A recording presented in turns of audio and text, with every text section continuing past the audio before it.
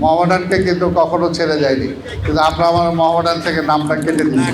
মোহামেডান যখন ভালো করে তখন ভালো লাগে, আর যখন খারাপ করে তখন অনেক কষ্ট পাই। তা আমি অধম সালামের নামটা মনে করেছে যে মোহামেডান ক্লাবে আসা দরকার, এটার জন্য ধন্যবাদ জানাই।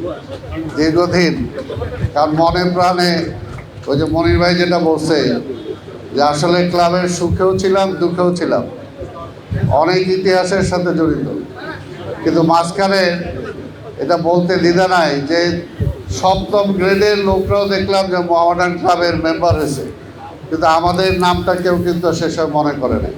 যদিও সেই সময় আমি আমার পক্ষে বলি অ্যাংমাস ক্লাবের সেক্রেটারি ছিলাম দীর্ঘদিন, আরামবাগ ক্লাবে খেলেছি, আরামবাগ ক্লাবের ভাইস প্রেসিডেন্ট ছিলাম দীর্ঘদিন, ব্রাদার্স ক্লাবের ভাইস প্রেসিডেন্ট ছিলাম, ওয়ান্ডার্স ক্লাবে ছিলাম, কিন্তু তারপরও মোহামেডান কিন্তু কখনো এটা আমার আত্মার ক্লাব, আমার হৃদয়ের ক্লাব। মোহামেডানকে কিন্তু কখনো ছেড়ে যায়নি, কিন্তু আমরা আমার মোহামেডান থেকে নামটা কেটে দিচ্ছি। যাই হোক, আজকে যে মনে করছে সেটার জন্য ধন্যবাদ। তা আমি বক্তব্য দীর্ঘায়িত করব না, আপনাদের সবাইকে বলবো যে মোহামেডান যখন ভালো করে তখন ভালো লাগে, আর যখন খারাপ করে তখন অনেক কষ্ট পায়। যে যত যাই হয় না কেন, কিন্তু মোহামেডান ক্লাব কখনো এটা মানতেই পারি না যে মোহামেডান ক্লাব কোনো খেলায় হারবে, বা মোহামেডান ক্লাব চ্যাম্পিয়ন হবে না, বা 1-2 মধ্যে থাকবে না, মোহামেডান ক্লাব ওই পর্যায়ে চলে যাবে, এটা কখনোই আমরা ভাবতে পারি না। তো কাজেই আমি আশা করব যে বরকতুল্লাহ ভুলুর নেতৃত্বে ইনশাল্লাহ মোহামেডান ক্লাব আবার ঘুরে দাঁড়াবে। আর আমাদের যদি কিছুটা ছোটো আপনাদের সাথে থাকা, যদিও আমি ওয়ান্ডার্স ক্লাবের সভাপতি, কারণ সেটা আমি ছাড়তে পারি না এই জন্যই যে আমার দীর্ঘদিনের রাজনৈতিক আমার নেতা বলি, আমার সহযোদ্ধা বলি, ঢাকার সাবেক মেয়র সাদেক হোসেন খোকা সেই ক্লাবের সভাপতি ছিলেন।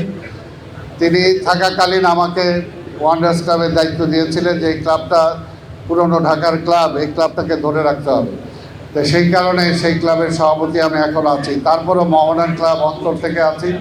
আরেকটি যেহেতু আজকে সুযোগ পেলাম, আমি সবার মাঝ থেকে আমিনুল হককে, আমাদের ক্রীড়ামন্ত্রী আমিনুল হককে আমি ধন্যবাদ জানাতে চাই যে সে খেলার মানুষ, সেটা আবার প্রমাণ করেছে গতকালকে ক্রীড়াবিদদেরকে সম্মানিত করে।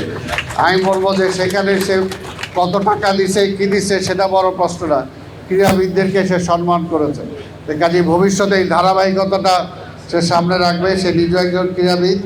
আমরা উত্তর তার সফলতা কামনা করি যে তার নেতৃত্বে বাংলাদেশের খেলাধুলা আরও অনেক এগিয়ে যাবে। এবং যেহেতু আমাদের মাননীয় প্রধানমন্ত্রী জনাব তারেক রহমান খেলাধুলাকে ভালোবাসেন, মনির ভাই প্রস্তাব দিছে ভবিষ্যতে যদি মোহামেডান ক্লাব নিয়ে আসে তাহলে তো অবশ্যই আমরা সবাই থাকব, এবং এই ক্লাবটাকে আবার আমরা পুনরায় একটু ভালো করে জাগাতে চাই। ইনশাল্লাহ আমরা সবাই মিলে সেটা সম্ভব হবে।